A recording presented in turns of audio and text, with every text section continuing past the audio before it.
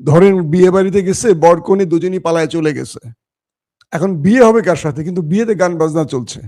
বর কনে দুজনই পালিয়ে চলে গেছে দুই দিকে। ধরেন কনে চলে গেছে একদিকে, বর চলে গেছে আরেক দিকে, আর উৎসব করছে দুই পক্ষের পিতামাতা বা আত্মীয় স্বজনরা, গান বাজনা করছে। আমেরিকার অবস্থাটা হয়েছে এরকম। দর্শক, ইরান তার দীর্ঘ প্রতীক্ষা, ত্যাগ, তার লড়াই, তার ইমানের শক্তি, তার অনেক বড় কি বলবো স্যাক্রিফাইস, সবকিছুর বিনিময়ে একটা বিশাল সাফল্য পেয়েছে। একদম ধরে ধরে আজকে বলবো আপনাদের সেই খবরগুলো। 2 নম্বর, ইসরায়েল এবং আমেরিকা তারা বুঝে ওঠেনি। একটু হিস্ট্রির পেছনে যাই। ইরান এবং আমেরিকা যখন এই আলোচনাটা শুরু করে ইউরেনিয়াম সমৃদ্ধকরণ বা পারমাণবিক প্রকল্প ইস্যুতে, ব্যালিস্টিক প্রোগ্রাম ইস্যুতে, তখন ইসরায়েলের চেষ্টা ছিল যে কোনোভাবে এই আলোচনাটা ভেস্তে যাক, কারণ তারা ইরানকে ধ্বংস করতে চায়। মধ্যপ্রাচ্যে ইরান সত্যিকার অর্থে মোসাদের তথ্য মতে যে ইরান টিকে থাকলে ইসরায়েল কখনো বিশ্ব মোড়ল মানে অ্যারাবিয়ান মোড়ল বা গালফ মোড়ল বা মধ্যপ্রাচ্যের মোড়ল হতে পারবে না, কারণ তাদের টার্গেট গ্রেটার ইসরায়েল। সেই মতে নেতানিয়াহু বারবার ট্রাম্পকে চেষ্টা করছিলেন।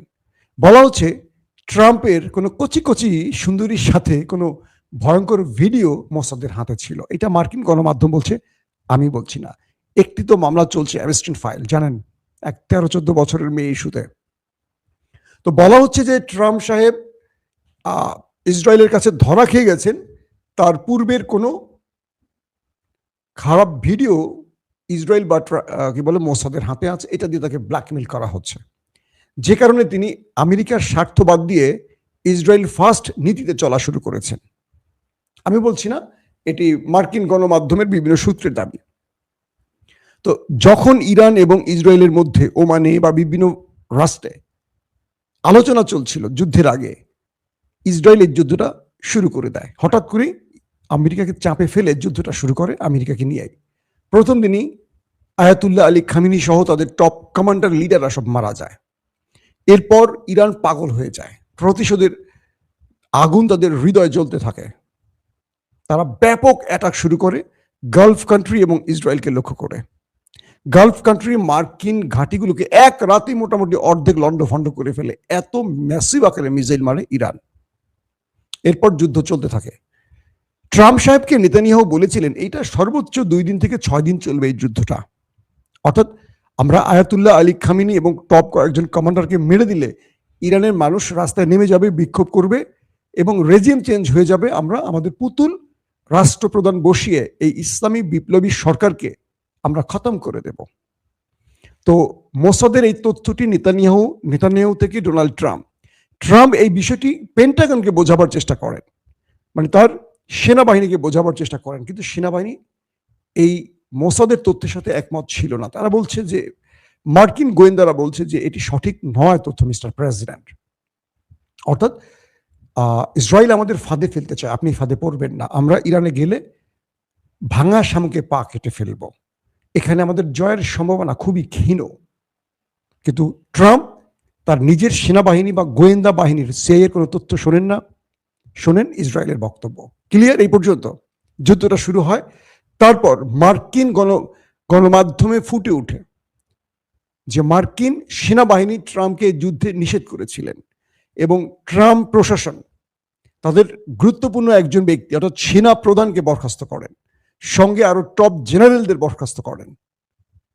এই পর্যায়ে ট্রাম্প বুঝতে পারছিলেন যে তিনি টিকে থাকতে পারবেন না। তার নামে ইমপিচমেন্টের বিষয় চলে আসছিল, তার মামলা ধু করে এগিয়ে আসছিল। সর্বশেষ তিনি কখনো ওমান, কখনো কাতার, কখনো তুরস্ক, কখনো মিশর, কখনো পাকিস্তান, এই রাষ্ট্রগুলোর মাধ্যমে ইরানকে বলছিল সিজফায়ারের জন্য।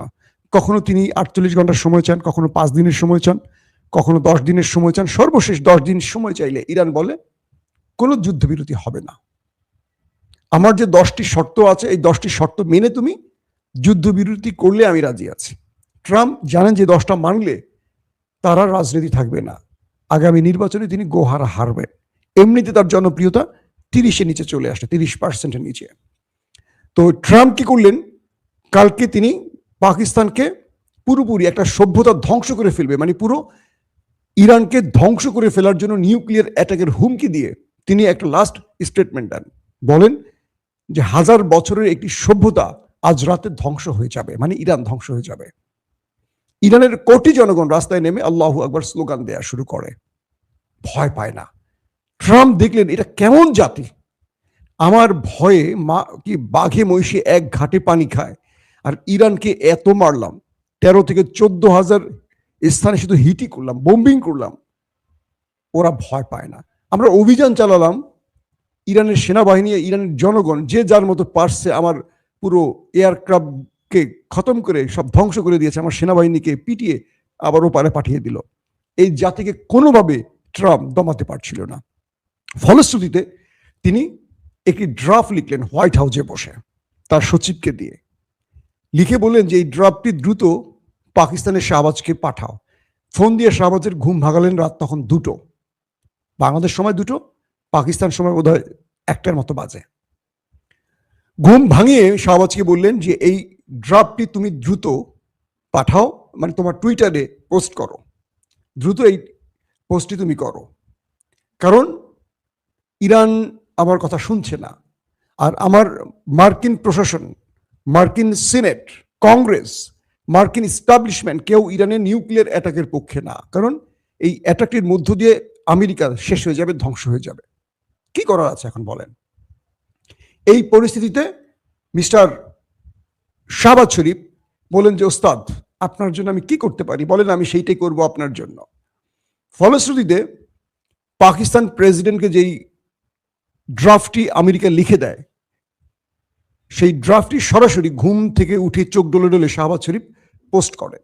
কি লেখা ছিল সেখানে? তার প্রথমে লেখা ছিল পাকিস্তান, একদম ইংলিশ ওয়ার্ডে এরকম লেখছিল, draft Pakistan prime minister message on X, draft Pakistan prime minister মানে পিএম মেসেজ পাকিস্তানস, শব্দটার সাথে একটা এস যোগ করছে, এবং মেসেজ অন এক্স, অর্থাৎ এটি কারো দ্বারা পাঠানো একটি মেসেজ।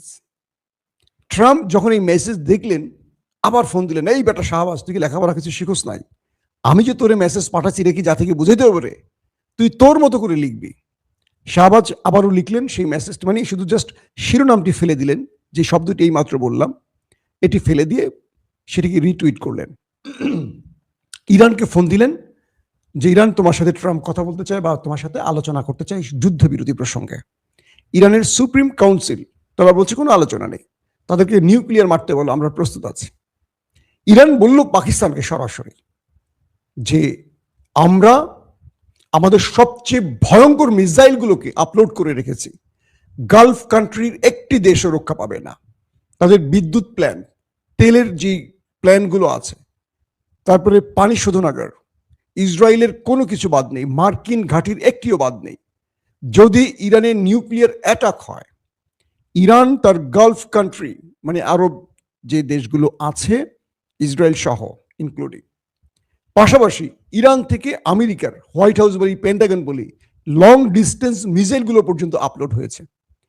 কয়েক হাজার মিসাইল ইরান আপলোড করে জাস্ট নির্দেশ দিয়েছে যখনই রাশিয়া কিংবা চীনের পক্ষ থেকে জানানো হবে যে আমেরিকার নিউক্লিয়ার অ্যাটাক করেছে, অর্থাৎ এটি তো উপগ্রহে জানা যাবে, উপগ্রহের মাধ্যমে কিন্তু জানা যাবে যে সেটি আপলোড হয়েছে কিনা, মানে ইরান বা ইরানের ভূখণ্ডকে উদ্দেশ্য করে আমেরিকা নিউক্লিয়ার মেরেছে কিনা। এটি যখনই জানবে ইরান, তখনই তারা জাস্ট বাটন সুইচের টিপ দিয়ে বসবে। ইরানের পক্ষ থেকে শত শত না হাজার হাজার মিসাইল তার শত্রুর উদ্দেশ্যে ছুড়ে যাবে, এগুলোর ফেরত আসার কোনো সুযোগ নেই।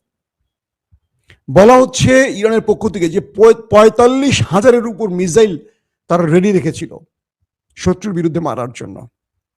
এবং ইরানকে যখন নিউক্লিয়ার অ্যাটাক করবে ইসরায়েল এবং আমেরিকা, তখন ইরান থেকে একই সময় ধরেন 5 মিনিট ব্যবধান হতে পারে, কারণ ইরানও তো প্রস্তুত। যে মিসাইলগুলো এখনো যুদ্ধে ব্যবহার করেনি, এগুলো একটার পর একটা সৌদি আরব, বাহরাইন, কাতার, কুয়েত, জর্দান, আরব আমিরাত সবগুলো দেশকে টার্গেট করবে। শুধু বাদ ছিল ওমান, ওমানের সাথে আর কাতারের সাথে একটা আলোচনা হয়েছে, বাট কাতারের সম্পূর্ণ না, কাতারের মার্কিন ঘাঁটিগুলোকে টার্গেট করার নির্দেশ ছিল। এবং ইসরায়েলের হাইফা, আশদুদ, তারপরে বলে কি কিরাস সামুনা, তেল আবিব সহ নেতানিয়াহুর পার্লামেন্ট কিচ্ছু বাদ নেই, সবগুলোকে, ডিমোনা, সবগুলো ওদের যে পারমাণবিক প্রকল্প যেখানে আছে ইসরায়েলের, সবখানে মিসাইল রেডি করে আপলোড করে রেখে দিয়েছে।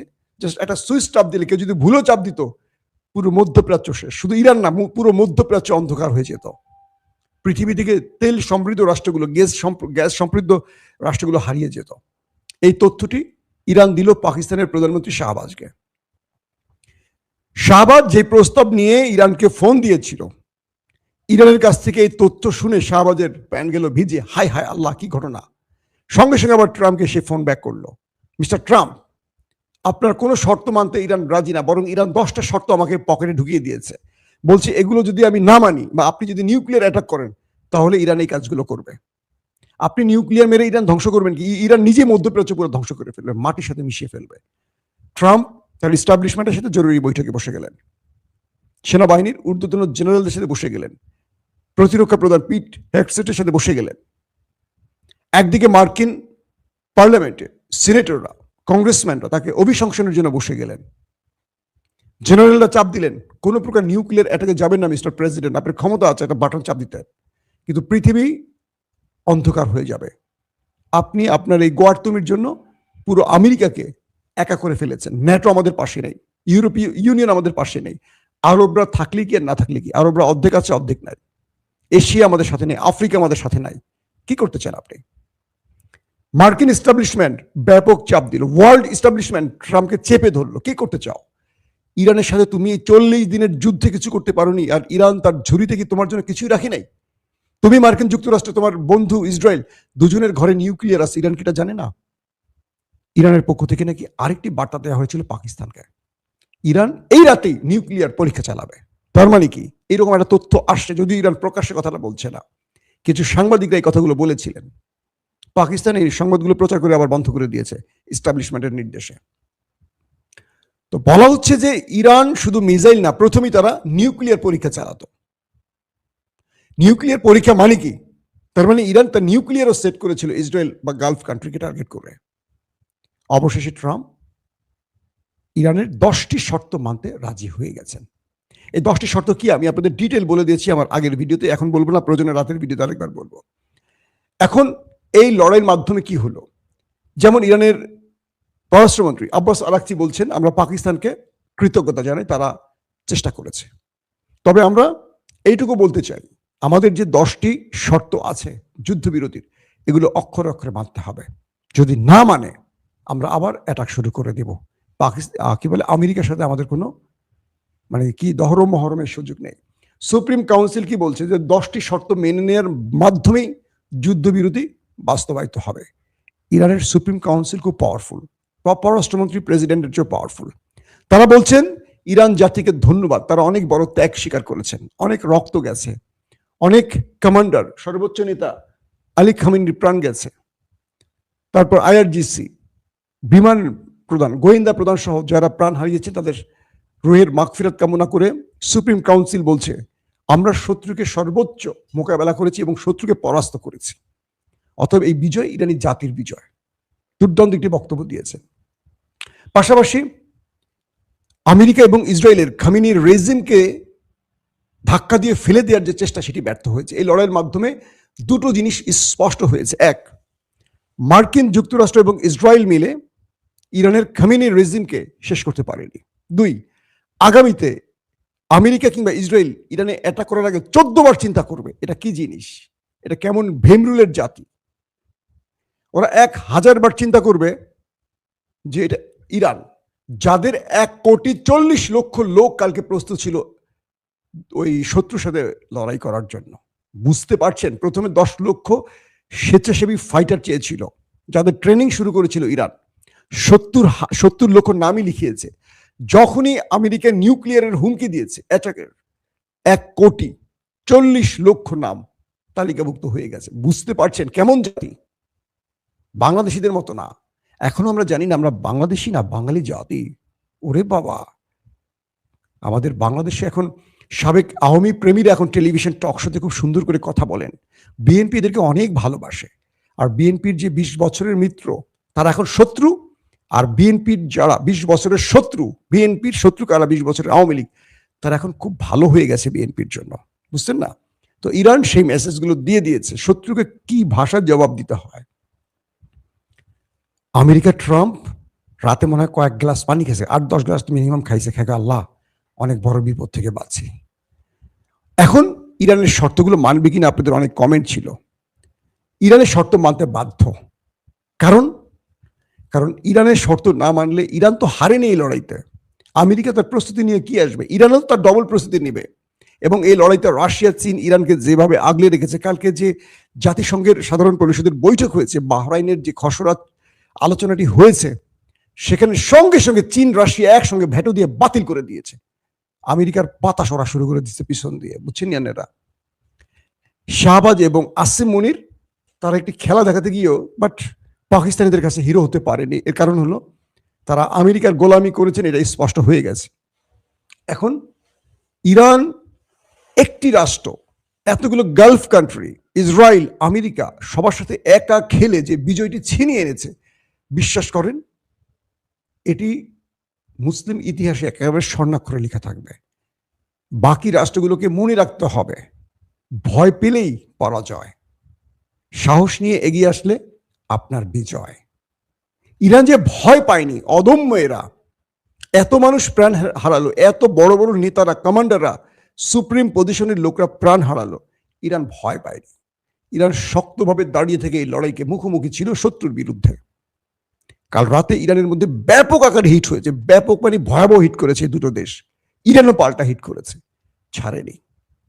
কিন্তু নিউক্লিয়ারের অপেক্ষা ছিল ইরান, যে ওরা নিউক্লিয়ার মারলে ইরানও পাল্টা এমন কিছু ঘটাবে। অবশেষে যুদ্ধবিরতি 15 দিনের জন্য হয়েছে। আগামী 10 তারিখ পাকিস্তানে ইরান এবং আমেরিকা দুই দেশ বসবে এবং সেখান থেকে স্থায়ী যুদ্ধবিরতির আলোচনা শুরু হবে। দর্শক, এখনকার মতো বিদায় নিচ্ছি। ইনশাআল্লাহ পরবর্তী লাইভে আরো আপডেট তথ্য আপনাদের দেবার চেষ্টা করব। সবাই ভালো থাকবেন। আল্লাহ হাফেজ। ওপেন দাইস মানে সত্যকে সত্য বলা, মিথ্যেকে মিথ্যে বলা। আমরা শোনা কথা নয়, চোখে যা দেখি তাই বলি।